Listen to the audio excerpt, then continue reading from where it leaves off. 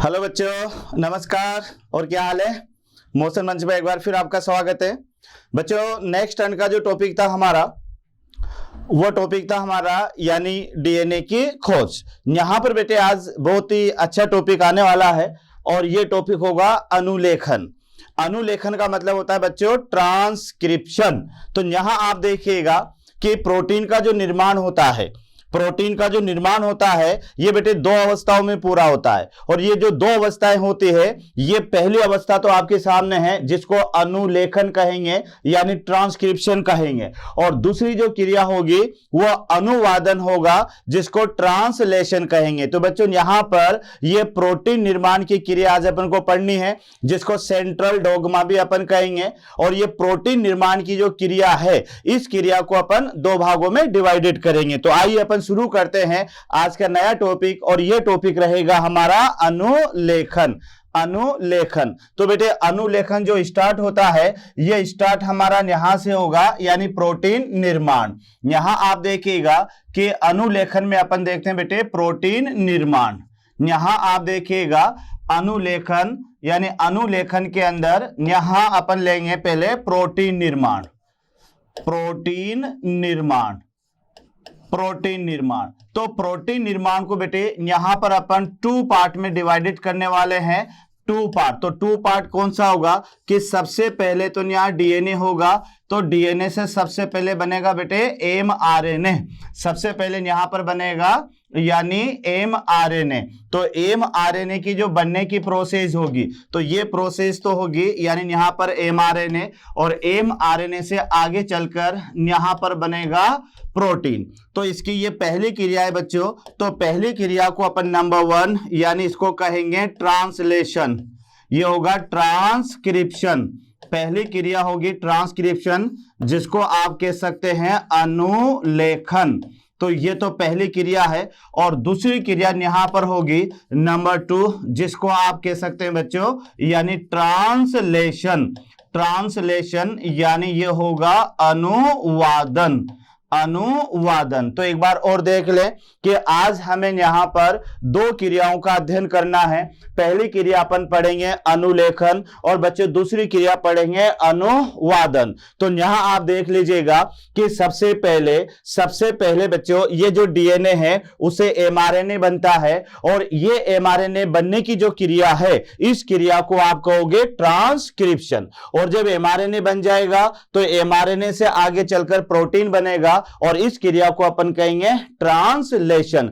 तो यहां पर ये दो क्रिया अपन यहां पढ़ेंगे, क्योंकि सबसे पहले क्या होगा कि जो डीएनए होगा बच्चों, ये डीएनए अपने आनुवांशिक सूचनाओं को ये कोडोन की फॉर्म में एमआरएनए पर ट्रांसफर करेगा और वहां एमआरएनए बनेगा। तो इस क्रिया को अपन ट्रांसक्रिप्शन कहेंगे। और जब एमआरएनए बन जाएगा केंद्रक में, तो बेटे केंद्रक से फिर ये एमआरएनए प्रोटीन निर्माण की सूचनाओं को लेकर कहां आएगा? राइबोसोम पर, और वहां आकर फिर ये प्रोटीन निर्माण की क्रिया में भाग लेगा। तो यहां हमारा जो नया टॉपिक होने वाला है, ये टॉपिक होगा बेटे, पहला टॉपिक होगा जिसको अपन नंबर 1 यानी अनुलेखन, यानी इसको कहेंगे अपन ट्रांसक्रिप्शन।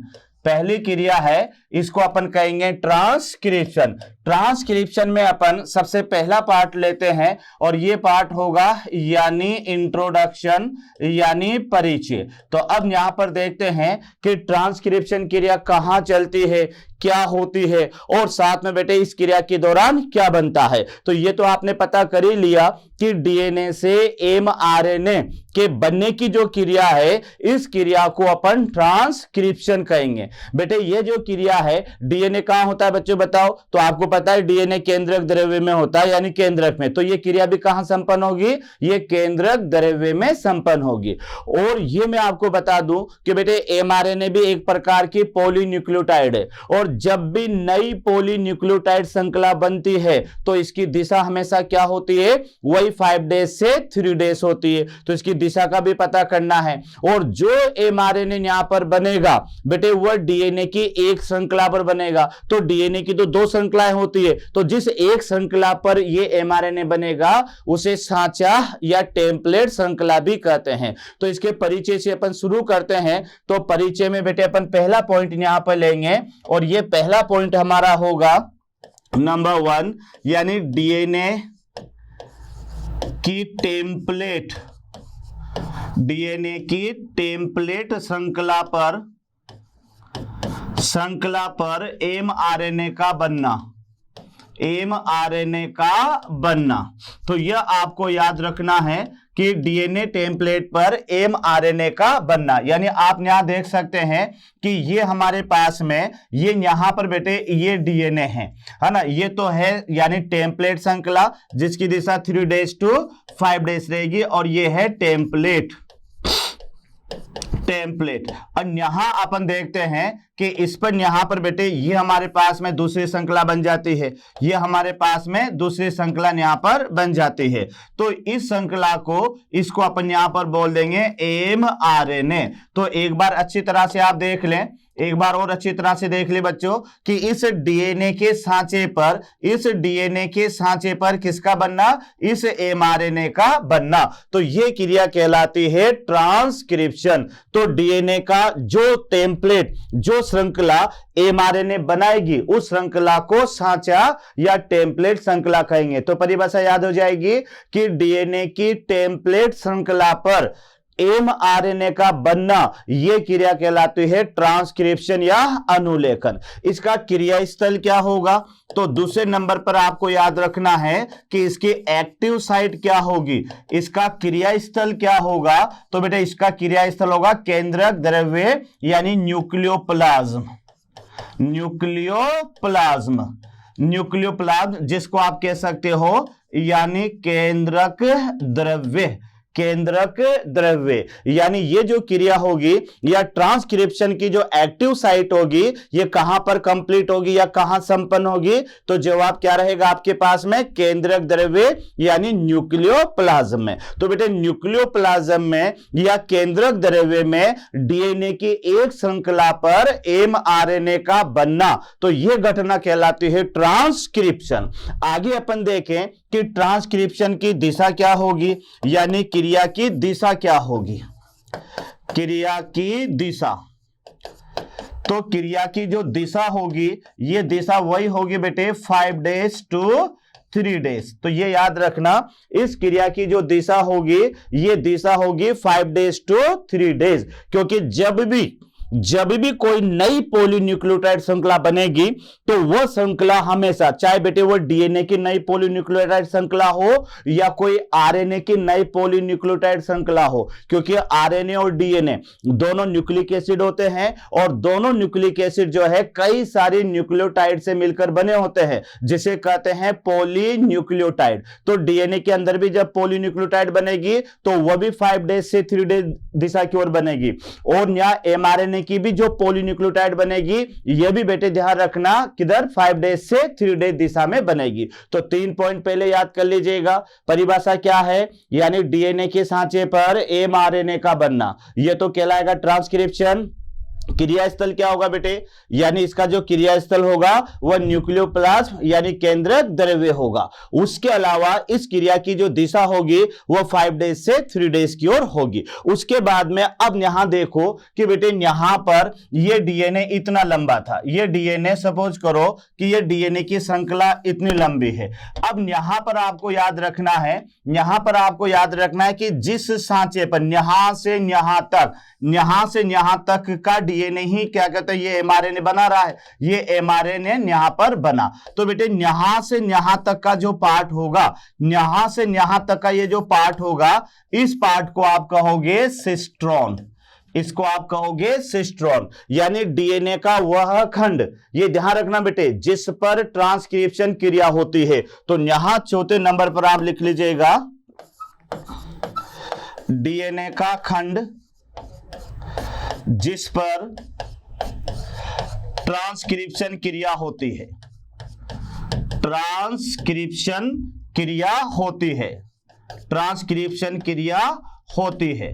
तो बेटे ये जो खंड कहलाएगा, ये खंड कहलाएगा, याद रखना, इस खंड को आप कहोगे यहां पर यानी सिस्ट्रोन। इसे आप याद रखना, इसको कहोगे सिस्ट्रोन। तो ये थोड़ा सा याद रखना कि डीएनए का वह खंड जहां पर ट्रांसक्रिप्शन क्रिया होती है उस खंड को आप कहोगे सिस्ट्रोन। और ये जो सिस्ट्रोन होती है, ये जो सिस्ट्रोन होती है बच्चों, यानी यहां पर सिस्ट्रोन, ये सिस्ट्रोन एक प्रकार की क्या कहलाती है? This is the transcription unit, यानी इसे आप क्या कहेंगे? ट्रांसक्रिप्शन यूनिट कहेंगे। तो ये थोड़ा सा ध्यान रख ले। एक बार अपन फिर इसको दोहरा देते हैं बच्चों कि यहां पर डीएनए का देखो, डीएनए तो बहुत लंबा होता है, लेकिन डीएनए के जिस पार्ट पर ये यहां से यहां तक बेटे ट्रांसक्रिप्शन हो रहा है, तो डीएनए के जिस पार्ट पर ये एमआरएनए बनता है या जिस पार्ट पर ट्रांसक्रिप्शन होता है, तो वह पार्ट सिस्ट्रोन कहलाता है। और सिस्ट्रोन एक प्रकार की क्या है? ट्रांसक्रिप्शन यूनिट है। और आगे मैं बताने वाला हूं बच्चों कि ट्रांसक्रिप्शन यूनिट पर 3 स्थल पाए जाते हैं। तो यहां अपन देखते हैं अगले नंबर पर कि ये हमारे पास में यहां पर बच्चों ये है ट्रांसक्रिप्शन यूनिट। ट्रांसक्रिप्शन यूनिट, और इस यूनिट में पाए जाते हैं 3 स्थल, यानी इस यूनिट में यहां पर अपन को मिलेंगे 3 स्थल। इस यूनिट में अपन को मिलेंगे 3 स्थल ट्रांसक्रिप्शन यूनिट, और यहां आपको देखने को मिलेंगे 3 स्थल यानी 3 साइट। अब ये 3 स्थल कौन कौन से हैं? तो यहां पर आप इसको अच्छी तरह से देखिएगा कि यहां पर हमारे पास में ये तो पहला है, ये यहां पर लेते हैं बेटे, ये 3 डेज इसको ले लेते हैं अपन, यानी 3 डेज, और ये वाला यहां पर पार्ट होगा 5 डेज। इसी के साथ में ये तो हमारे पास में टेम्पलेट है, और दूसरा अपन यहां पर ले लेते हैं, दूसरा यहां ले लेते हैं बच्चों, ये हमारे पास में है एमआरएनए। ये इसकी यहां पर 5 डेज है और ये यहां पर इसका 3 डेज है।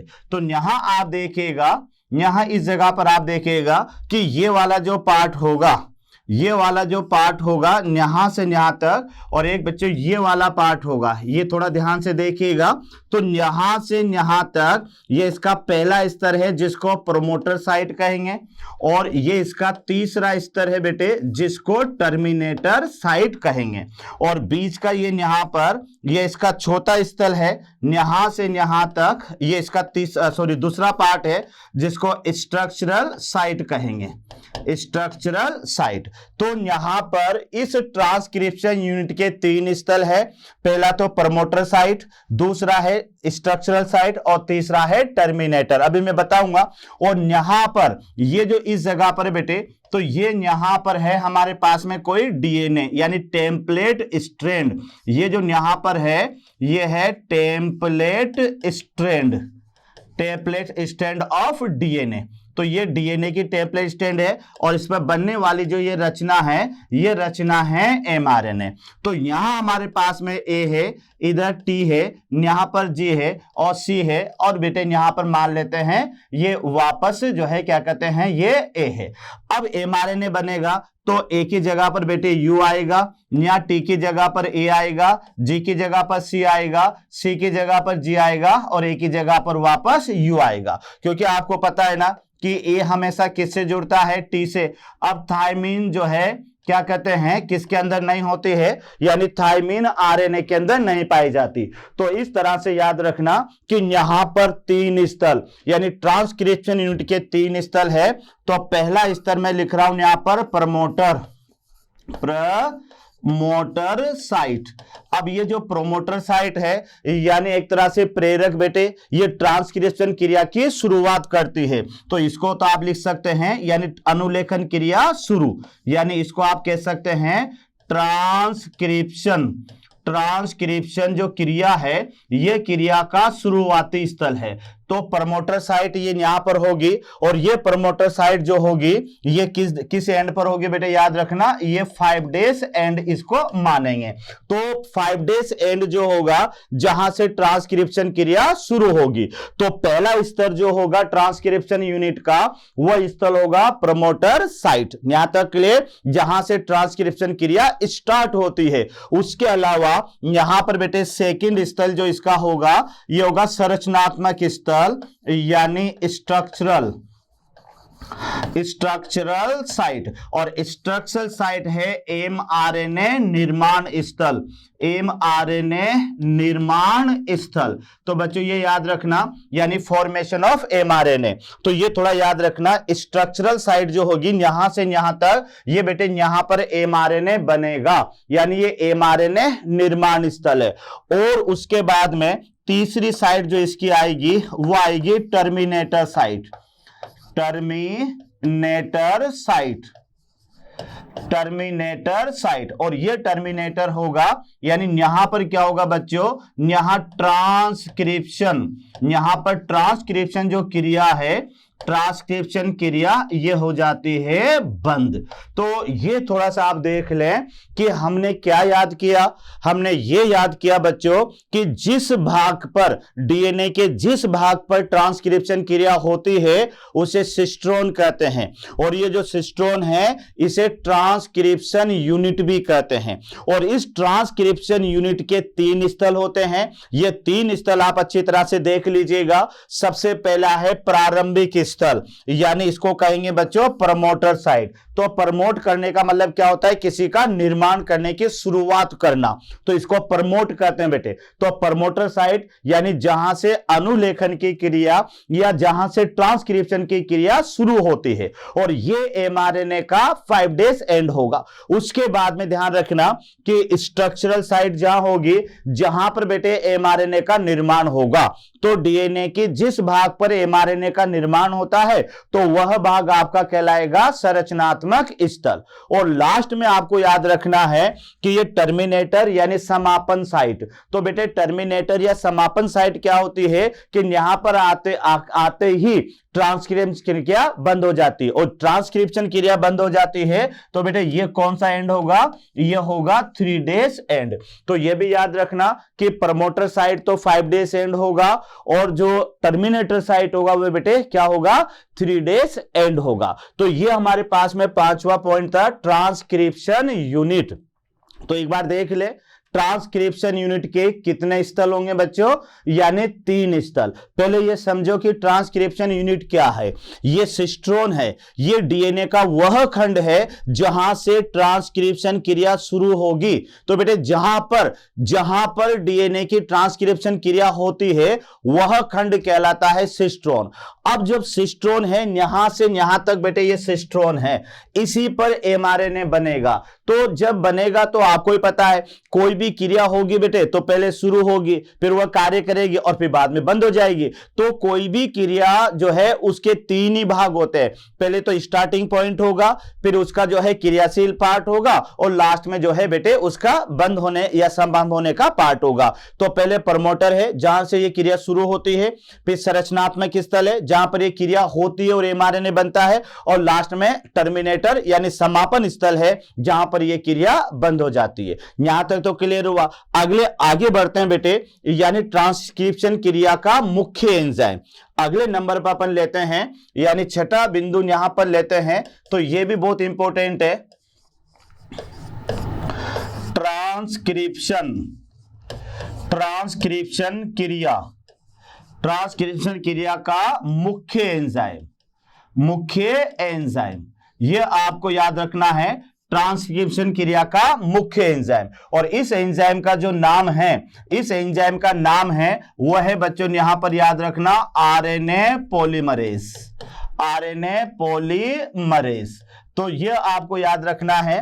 देखो बहुत इंपॉर्टेंट पॉइंट है, ट्रांसक्रिप्शन क्रिया में भाग लेने वाला जो मेन एंजाइम होगा, जो मुख्य एंजाइम होगा, इस एंजाइम का नाम है बेटे आरएनए पॉलीमरेज। तो यहां आप देखिएगा कि ये मेरे पास में है आरएनए पॉलीमरेज। RNA polymerase. तो ये आपको याद रखना है। और इस आरएनए पॉलीमरेज के 3 पार्ट होंगे। आरएनए पॉलीमरेज फर्स्ट, एक होगा बेटे आरएनए पॉलीमरेज सेकंड, और एक होगा आरएनए पॉलीमरेज थर्ड। तो एक बार अच्छी तरह से देख ले कि ट्रांसक्रिप्शन क्रिया में भाग लेने वाला, ट्रांसक्रिप्शन क्रिया में भाग लेने वाला मुख्य एंजाइम, तो मुख्य एंजाइम का नाम है आरएनए पॉलीमरेज। और ये जो आरएनए पॉलीमरेज एंजाइम है, ये बेटे इसके 3 पार्ट होते हैं। RNA polymerase first, RNA polymerase second, RNA polymerase third. अब इनके क्या क्या काम होते हैं, तो यहां आप देख लें, यहां आप देख लें कि जो आरएनए पॉलीमरेज फर्स्ट है, ये बेटे भाग लेगा आरएनए निर्माण में, आरएनए निर्माण में। ये बेटे सेकंड है, ये भाग लेगा एमआरएनए निर्माण में, एमआरएनए निर्माण में। और जो तीसरा है, ये भाग लेगा टीआरएनए निर्माण में। तो एक बार और आप इसको अच्छी तरह देख ले कि इस क्रिया में भाग लेने वाला जो मुख्य एंजाइम है वह है आरएनए पॉलीमरेज। आरएनए पॉलीमरेज जिसके 3 रूप हैं, एक तो RNA polymerase first, RNA polymerase second, और एक आरएनए पॉलीमरेज थर्ड। क्या क्या काम है कि आरएनए पॉलीमरेज फर्स्ट या आरएनए के निर्माण में भाग लेगा, सेकंड एमआरएनए के निर्माण में भाग लेगा, और थर्ड टीआरएनए के निर्माण में भाग लेगा। यहां तो क्लियर हुआ। उसके बाद में ध्यान रखना बेटे, आरएनए पॉलीमरेज के 2 पार्ट होते हैं। यहां पर ये तो इसके टाइप हैं, लेकिन यहां पर जो आरएनए पॉलीमरेज है, यानी आरएनए पॉलीमरेज, तो आरएनए पॉलीमरेज के बेटे इसको 2 भागों में यहां पर डिवाइडेड करेंगे। इसका पहला पार्ट तो होगा सिग्मा फैक्टर, एक भाग तो होगा इसका सिग्मा फैक्टर, और एक भाग कहलाता है कोर एंजाइम। तो ये भी याद कर ले कि यहां पर होता क्या बेटे, जैसे ये यहां पर ये एंजाइम है। अब इस एंजाइम के अंदर यहां पर आप देख लीजिएगा कि यहां जो है इसमें ये इस तरह से, यहां पर ध्यान रखना बेटे। तो यहां अपन ने क्या देखा, यहां अपन ने देखा कि ये तो इसका क्या है सिग्मा फैक्टर, और ये क्या कहलाता है कोर एंजाइम। तो ये यहां पर आप देख लें कि आरएनए पॉलीमरेज के 2 पार्ट हैं, एक तो सिग्मा फैक्टर और एक होगा बेटे कोर एंजाइम। सिग्मा फैक्टर का काम होता है प्रोमोटर साइट की पहचान, प्रोमोटर साइट की पहचान, और इसका काम होगा बेटे टर्मिनेटर साइट की पहचान, टर्मिनेटर साइट की पहचान। तो ये दोनों को आप अच्छी तरह से याद कर लें कि जो सिग्मा फैक्टर है ये तो प्रोमोटर साइट को पहचानता है जब ट्रांसक्रिप्शन की क्रिया शुरू होती है, वरना कहेगा कौन, इस डीएनए से कि यहां से तो एमआरएनए का निर्माण शुरू कर। लेकिन याद रखना इसको बताएगा आरएनए पॉलीमरेज का सिग्मा फैक्टर कि किस जगह से ट्रांसक्रिप्शन क्रिया शुरू करनी है, किस जगह से बेटे जो है ट्रांसक्रिप्शन क्रिया शुरू होगी। तो इसको पहचानने का जो काम करेगा यह सिग्मा फैक्टर करेगा, यानी ये ट्रांसक्रिप्शन क्रिया की जो शुरुआती अवस्था है प्रोमोटर अवस्था, उस अवस्था को ये पहचानता है। फिर बेटे ये क्रिया होती जाएगी तो एंड तो आएगा ना, कहां बंद होगी, तो उस बंद वाले स्थल को पहचानेगा कौन, तो फिर इस आरएनए पॉलीमरेज का कोर एंजाइम। तो याद रखना टाइप कितने हैं इसके, 3। पहला RNA polymerase first, RNA polymerase second, और आरएनए पॉलीमरेज थर्ड। ये तो बेटे इसके प्रकार हैं, लेकिन कितने भागों से मिलकर बना होता है, ये 2। तो पहला भाग तो इसमें होगा सिग्मा फैक्टर, और दूसरा भाग होगा इसका कोर एंजाइम। सिग्मा फैक्टर का क्या काम बताया मैंने आपको कि बेटे ये प्रमोटर साइट को पहचानता है, यानी प्रमोटर साइट वह स्थल होता है जहां से ट्रांसक्रिप्शन की क्रिया शुरू होती है। उसके बाद में याद रखना जो कोर एंजाइम है, तो ये कोर एंजाइम का काम है बेटे कि यह टर्मिनेटर साइट को पहचानता है। तो यहां तक तो हमने इसका इंट्रोडक्शन पढ़ा। किस क्रिया का इंट्रोडक्शन पढ़ा बच्चों, ट्रांसक्रिप्शन क्रिया का परिचय। एक बार दोहरा देता हूं, वापस रिपीट करो ये कहेंगे किसे, क्या है ट्रांसक्रिप्शन की क्रिया, तो डीएनए के सांचे पर एमआरएनए का बनना। याद हो गया, डीएनए के सांचे पर एमआरएनए का बनना, तो इस घटना को तो अपन कहेंगे अनुलेखन। अब आपको पता है डीएनए कहां होता है, केंद्रक के अंदर होता है, तो बेटे ये जो अनुलेखन की क्रिया है ये कहां पूरी होगी, केंद्रक द्रव्य में पूरी होगी। और ये बात आपको पहले से याद होगी कि जब भी कोई नई न्यूक्लियोटाइड बनेगी तो उसकी दिशा हमेशा 5 डेज से 3 डेज रहेगी। तो यहां एमआरएनए भी पॉलीन्यूक्लियोटाइड है, तो इसकी दिशा भी क्या होगी, 5 डेज से 3 डेज। यहां तक क्लियर। फिर मुझे ये बताओ कि बेटे ये डीएनए है और ये डीएनए पे ये एमआरएनए बनेगा, तो डीएनए के जिस पार्ट पर एमआरएनए बनेगा तो वह पार्ट क्या कहलाएगा, सिस्ट्रोन कहलाएगा। और ये सिस्ट्रोन को अपन ट्रांसक्रिप्शन की यूनिट मानते हैं। फिर मैंने आपसे क्या कहा कि इस सिस्ट्रोन के या ट्रांसक्रिप्शन के कितने स्थल होंगे, तो जवाब जाएगा 3। एक तो जहां से ट्रांसक्रिप्शन शुरू होगा, क्या बोलेंगे, रिपीट करो, क्या बोलेंगे, प्रमोटर साइट कहेंगे। जहां पर एमआरएनए बनेगा क्या बोलेंगे, जल्दी बताओ, तो उसको स्ट्रक्चरल साइट कहेंगे। और जहां पर यह क्रिया जाकर बंद हो जाएगी उसे समापन या टर्मिनेटर साइट कहेंगे। तो बेटे सिस्ट्रोन के या ट्रांसक्रिप्शन यूनिट के कितने स्थल होंगे, 3। पहला बताओ जल्दी, 1 2 3, यानी 1 क्या याद हुआ, प्रमोटर साइट, दूसरा क्या याद हुआ बेटे, स्ट्रक्चरल, और तीसरा क्या याद हुआ, यानी टर्मिनेटर। काम भी याद है, क्या है कि यहां पर जो प्रमोटर है वह ट्रांसक्रिप्शन क्रिया को शुरू करता है, वह स्थल है। स्ट्रक्चरल जहां पर एमआरएनए बनता है।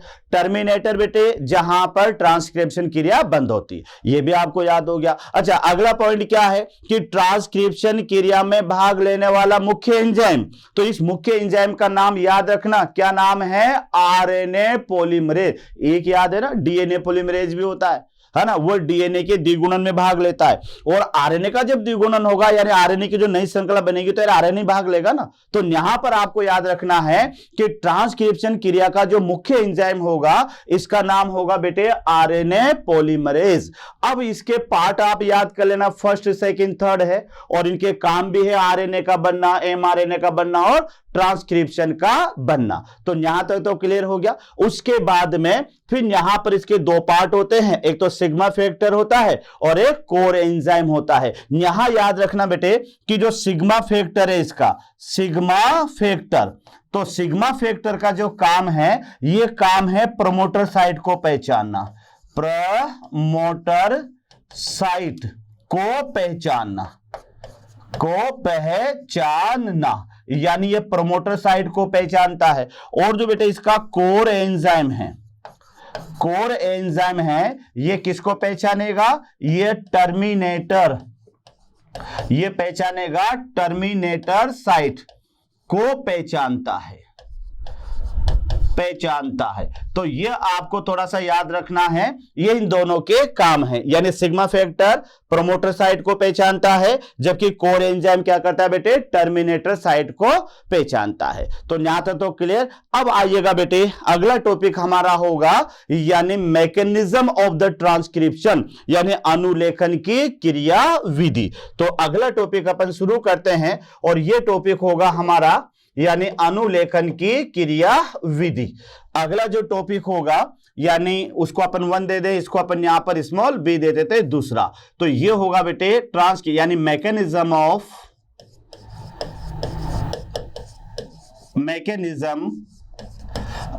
ट्रांसक्रिप्शन,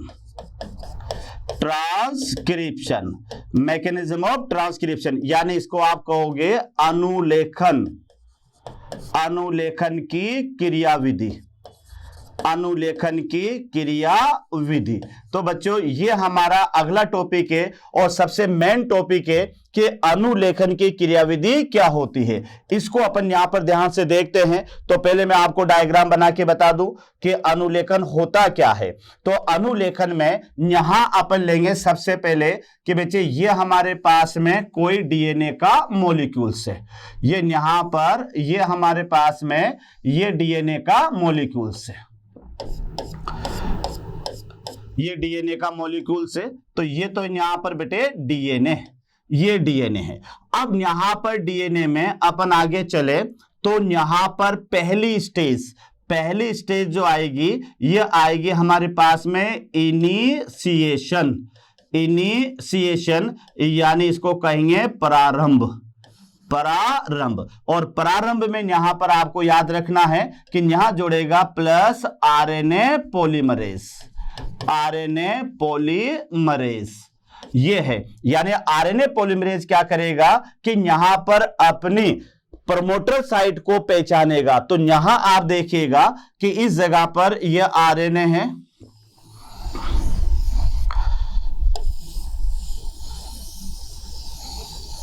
ये अब यहां पर अपन यहां इसको जोड़ देते हैं। ये मेरे पास में यहां पर है बेटे, ये इस जगह पर बाय द वे जुड़ गया, यानी यहां जुड़ गया हमारे पास में आरएनए पॉलीमरेज। यह आरएनए पॉलीमरेज यहां पर जुड़ गया, और आरएनए पॉलीमरेज ने जुड़ने के साथ ही यहां पर क्या किया, इस तरह से इस एमआरएनए को बनाना स्टार्ट कर दिया। ये यहां पर ये इसका 5 डेज है और ये इसका 3 डेज है। तो पहली स्टेज हमारे पास में यहां पर पूरी हो जाती है, यानी कौन सी स्टेज है पहली, प्रारंभ। ये इसमें डीएनए है। ये अगली स्टेज पर अपन आगे बढ़ते हैं। तो अगली स्टेज पर जब आगे बढ़ेंगे यहां पर, तो ये सेकंड स्टेप होगी, नंबर दूसरी स्टेप होगी बेटे, और नंबर दूसरी स्टेप को अपन बोलेंगे इलोंगेशन। इलोंगेशन, तो इलोंगेशन पे एक तो क्या होगा, सिग्मा फैक्टर। सिग्मा फैक्टर यहां से पृथक होगा, एक तो ये याद रखना बेटे, और एक आरएनए पॉलीमरेज में गति होगी। तो यहां आप देखिएगा अगली स्टेज में क्या होने वाला है, तो इसको थोड़ा ध्यान से समझना कि यहां पर ये तो हमारे पास में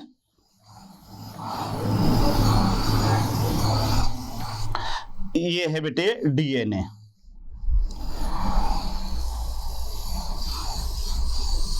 और यहां पर ये जुड़ा हुआ है हमारे पास में यानी एमआरएनए।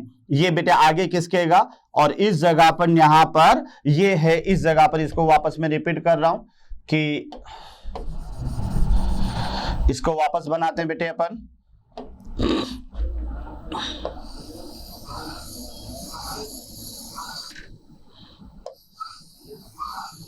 यहां पर आ जाता है हमारे पास में, ये खिसकता हुआ इधर किसकेगा बच्चों, ध्यान रखना। तो यहां पर आरएनए पॉलीमरेज और ये आरएनए पॉलीमरेज यहां पर आ जाता है, और सिग्मा फैक्टर यहां से अलग हो जाता है, और आरएनए पॉलीमरेज आने के साथ ही अब इसमें यहां से यहां तक ये एमआरएनए हमारे पास में बन जाता है। ये एमआरएनए यहां पर बन चुका है। अब एमआरएनए में क्या है कि इसमें कुछ जगह पर ये ध्यान रखना बच्चों, यानी इसमें कुछ जगह पर इस तरह से नॉन कोडिंग पार्ट भी होगा।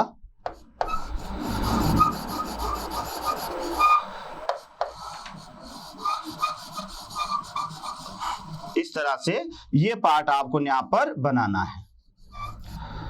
ये देखिएगा, ये यहां पर एमआरएनए बना। अब एमआरएनए में यहां पर हो क्या रहा है, तो इधर देखो, ये एमआरएनए की 5 डेज है और ये एमआरएनए की 3 डेज है। तो निर्माण तो बेटे ध्यान रखना इधर ही जा रहा है, ये ध्यान रखिएगा। अब इसमें आपको क्या दिख रहा है कि ये वाला जो पार्ट है ये तो इसका बेटे यानी एक्सोन पार्ट है, कोडिंग पार्ट, और ये वाला जो पार्ट है ये इसका है इंट्रोन। इंट्रोन यानी एक्सोन तो इसका कोडिंग पार्ट होता है, और जो इंट्रोन होता है ये इसका नॉन कोडिंग पार्ट होता है। तो यहां तक तो समझ ले कि ट्रांसक्रिप्शन क्रिया के बेटे 3 स्टेप होगी।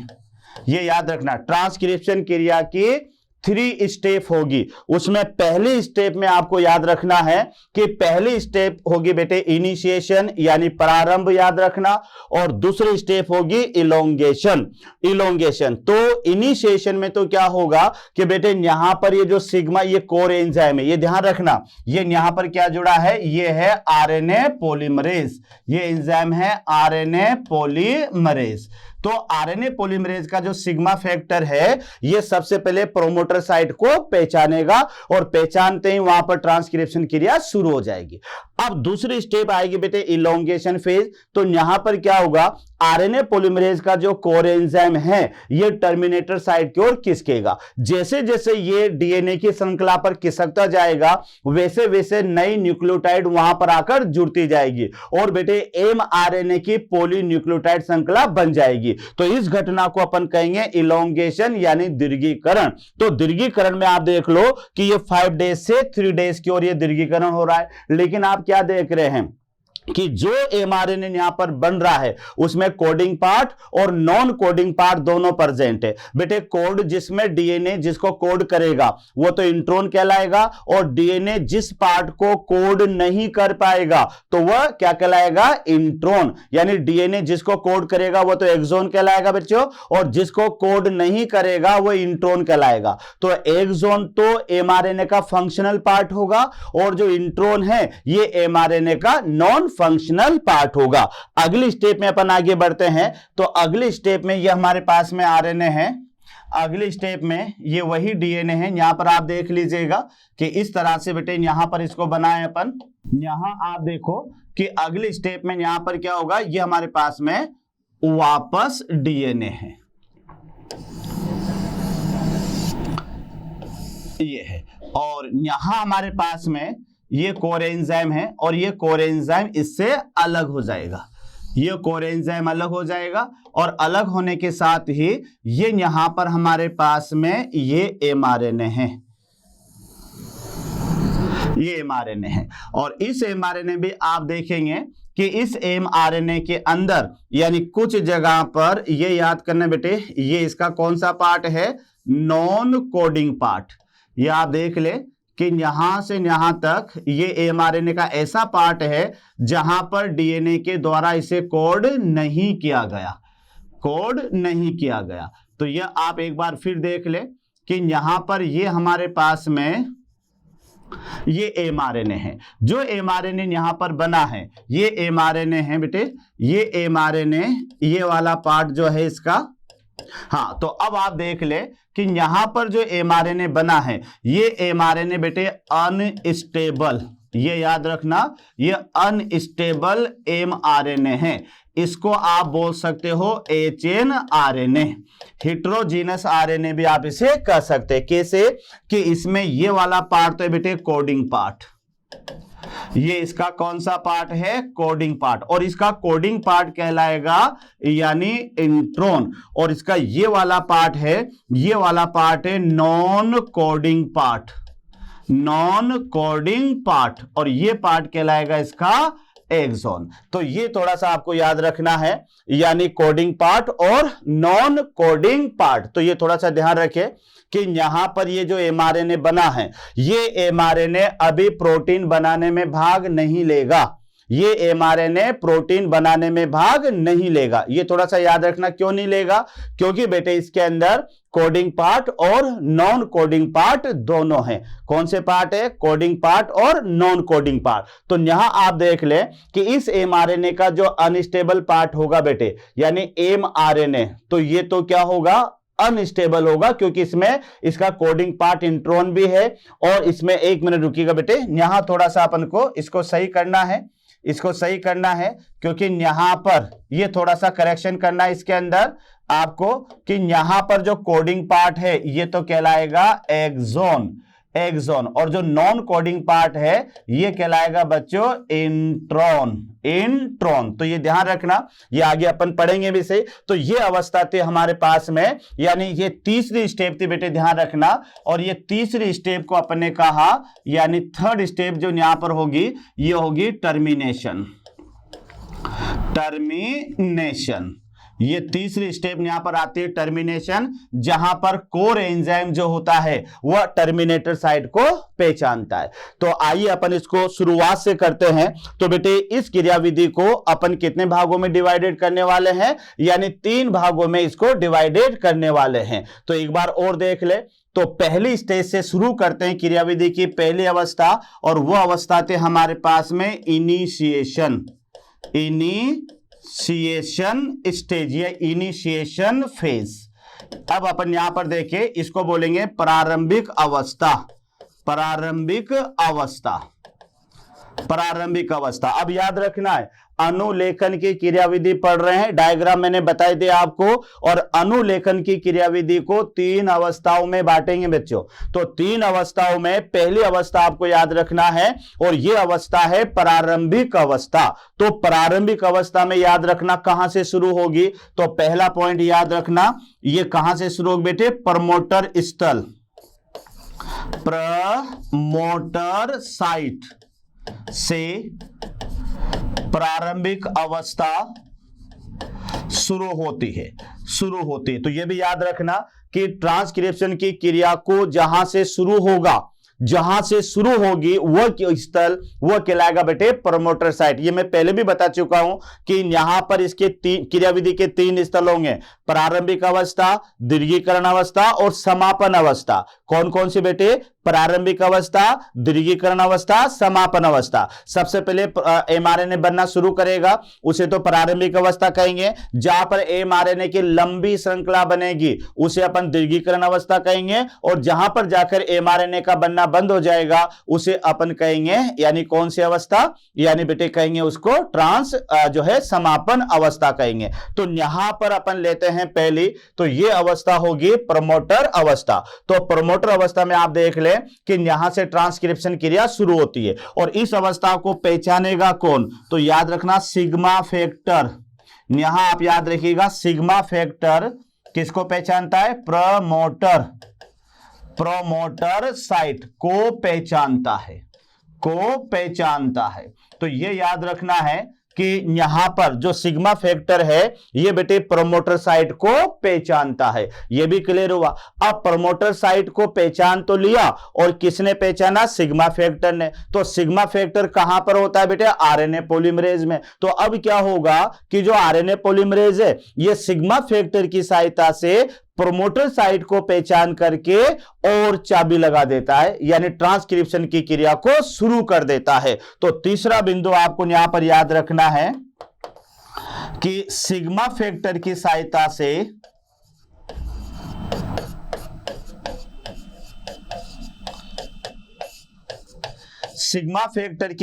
से आरएनए पॉलीमरेज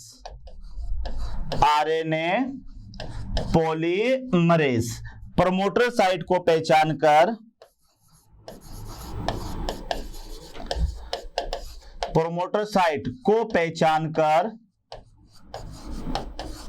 ट्रांसक्रिप्शन क्रिया शुरू कर देता है।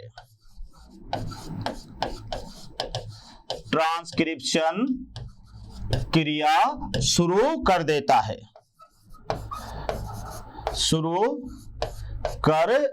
है। तो यह आपको याद रखना है, यानी जो सिग्मा फैक्टर की सहायता से कौन सा एंजाइम बच्चों, तो यहां पर याद रखना है कौन सा एंजाइम, आरएनए पॉलीमरेज एंजाइम। और यह आरएनए पॉलीमरेज एंजाइम इस सिग्मा फैक्टर की सहायता से प्रोमोटर साइट को पहचानता है, और पहचानने के साथ ही वहां पर ट्रांसक्रिप्शन क्रिया शुरू हो जाती है। अब जब ट्रांसक्रिप्शन क्रिया शुरू हो जाती है तो वहां क्या होगा कि ये जो आरएनए पॉलीमरेज है तो ये क्या करेगा बच्चों, ये डीएनए की दोनों श्रृंखलाओं के बीच के हाइड्रोजन बॉन्ड को तोड़ देगा, जिससे क्या होगा, डीएनए की दोनों श्रृंखलाएं एक दूसरे से पृथक हो जाएगी, और जब पृथक हो जाएगी तो फिर उनके सामने नए नाइट्रोजन क्षारक आ जाएंगे। तो अगले नंबर पर आप देखिएगा, यानी अगला पॉइंट अपन यहां पर लेंगे कि ये जो आरएनए पॉलीमरेज है, ये जो यहां पर आरएनए पॉलीमरेज एंजाइम है, आरएनए पॉलीमरेज, तो आरएनए पॉलीमरेज जो एंजाइम है ये क्या करेगा, यानी फिफ्थ पॉइंट आपका होगा कि यहां पर आरएनए पॉलीमरेज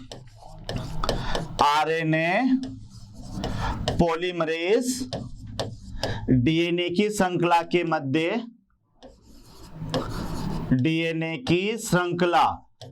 मध्य H बॉन्ड तोड़ देगा, H बॉन्ड तोड़ता है तथा डीएनए की दोनों श्रृंखलाएं पृथक हो जाती है, तथा डीएनए की दोनों श्रृंखलाएं पृथक हो जाती है। पृथक हो जाती है। तो ये थोड़ा सा आपको याद रखना है कि यहां पर जो डीएनए है, ये डीएनए इस तरह से बेटे अलग हो जाएगा, ये डीएनए इस तरह से अलग हो जाएगा। यानी यहां पर ये हाइड्रोजन बॉन्ड है, ये हमारे पास में ये श्रृंखला है। तो सबसे पहले क्या किया कि आरएनए पॉलीमरेज ने इनके बीच के एच बॉन्ड को तोड़ा, ये ध्यान रखना। यानी यहां पर आरएनए पॉलीमरेज एंजाइम ने डीएनए की दोनों श्रृंखलाओं के मध्य एच बॉन्ड को तोड़ता है और डीएनए की दोनों श्रृंखलाओं को पृथक कर देता है। यहां तक क्लियर। उसके बाद में डीएनए की जो श्रृंखला, अब आपको पता है कि यहां पर एमआरएनए बना, यानी इस जगह पर इस श्रृंखला पर सपोज करो कि ये यहां पर बना एमआरएनए, इस श्रृंखला पर यहां पर हमारे पास में बना एमआरएनए। यहां अपन देखते हैं बच्चों कि यह है, तो इस जगह पर यहां पर बन गया एमआरएनए। तो याद रखना ये किस पर बना, ये यहां से लेके और इस स्टैंड पर बना। तो जिस स्टैंड पर यहां पर ये एमआरएनए बनता है, ये थोड़ा ध्यान रखना कि जिस स्टैंड पर एमआरएनए बनता है, यानी 5वां पॉइंट क्या याद रखिएगा कि डीएनए की जिस श्रृंखला पर याद रखना बेटे, जिस श्रृंखला पर एमआरएनए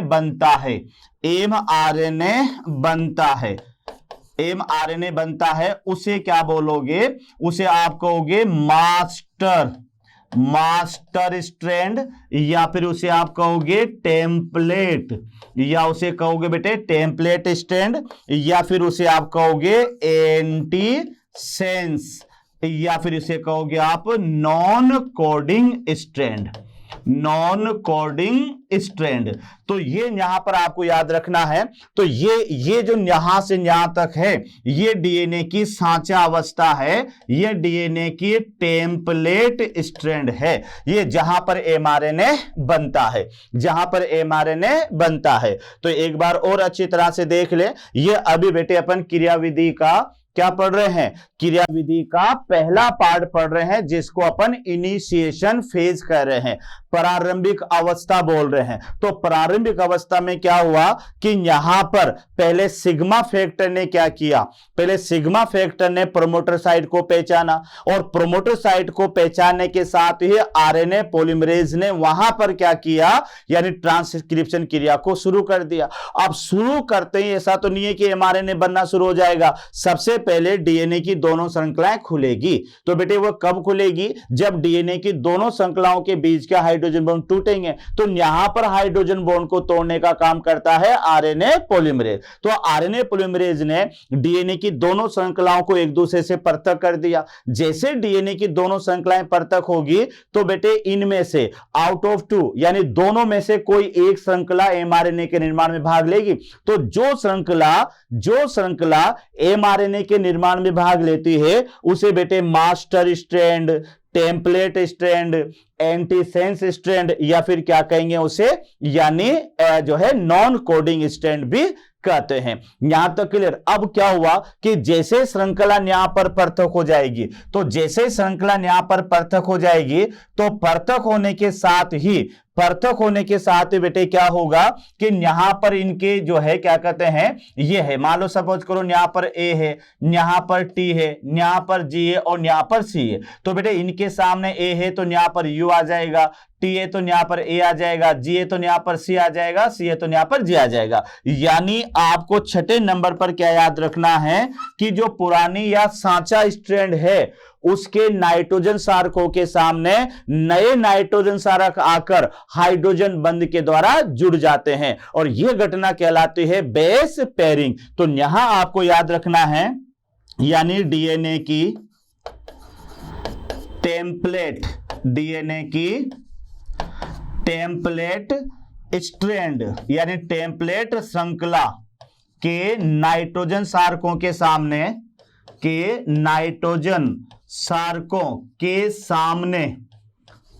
उनके पूरक, ये याद रखना बेटे, उनके पूरक नाइट्रोजन सारक आकर, उनके पूरक नाइट्रोजन सारक आकर H बॉन्ड द्वारा जुड़ जाते हैं, H बॉन्ड द्वारा जुड़ जाते हैं, जुड़ जाते हैं। यह क्रिया, ये ध्यान रखना बेटे, यह क्रिया क्या कहलाएगी? यह क्रिया बेस पेयरिंग कहलाती है। यह क्रिया बेस पेयरिंग कहलाती है। बेस पेयरिंग कहलाती है। यानी यहां आपको याद रखना है, यहां को बेटे इसको इस तरह से यहां पर आप समझिएगा कि इस तरह से बेस पेयरिंग होगी। इस तरह से यहां पर बेस पेयरिंग होगी कि यहां आप देखिएगा कि ये हमारे पास में ये डीएनए है। ये डीएनए की कौन सी श्रृंखला है? टेम्पलेट। ये डीएनए की टेम्पलेट श्रृंखला है। अब टेम्पलेट श्रृंखला है तो इसमें यहां पर मान लेते हैं टी है, यहां पर ये जी है, यहां पर ए है और यहां पर ये सी है। यहां तक क्लियर? अब यहां आप देखो कि इसके सामने बेटे टी है तो यहां पर इसके सामने ये ए नाइट्रोजन क्षारक आ गया, ये जी है तो यहां पर सी आ गया, ये ए है तो यहां यू आ गया और ये सी है तो यहां पर जी आ गया। और ये आने के साथ ही ये आपस में हाइड्रोजन बॉन्ड के द्वारा जुड़ जाते हैं। तो ये हाइड्रोजन बॉन्ड के द्वारा जुड़ना ही यह क्रिया कहलाएगी बेस पेयरिंग। बेस पेयरिंग यानी याद रखना कि अभी यहां पर इलोंगेशन नहीं हुआ है, अभी केवल क्या हुई है? बेस पेयरिंग हुई है। तो एक बार और समझ लें आप ध्यान से कि बेटे जैसे डीएनए की टेम्पलेट स्ट्रैंड के सामने उनके पूरक, ध्यान रखना ये डीएनए की टेम्पलेट श्रृंखला है और उसके पूरक ये नाइट्रोजन क्षारक वहां पर आ जाते हैं और आकर बेटे वहां पर H बॉन्ड के द्वारा जुड़ जाते हैं। तो पुराने नाइट्रोजन क्षारकों के सामने उनके पूरक नाइट्रोजन क्षारकों के आकर और हाइड्रोजन बॉन्ड के द्वारा जुड़ जाना यह क्रिया कहलाती है बेस पेयरिंग।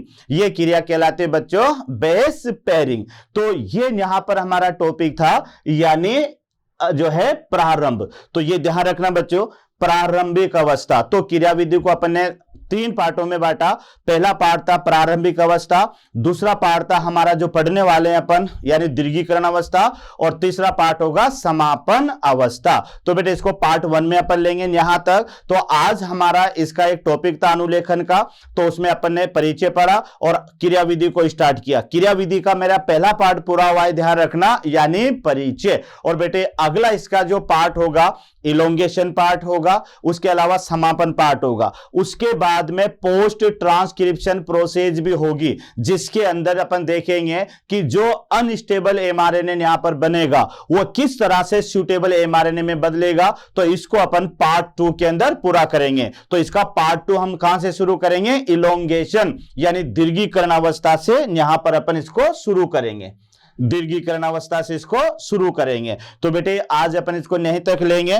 बहुत बहुत धन्यवाद।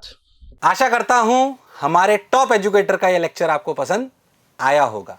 अगर पसंद आया है तो वीडियो को लाइक करिए, चैनल को सब्सक्राइब करिए और शेयर भी करिए, क्योंकि ज्ञान बांटने से बढ़ता है और सही बताऊं तो पुण्य भी मिलता है।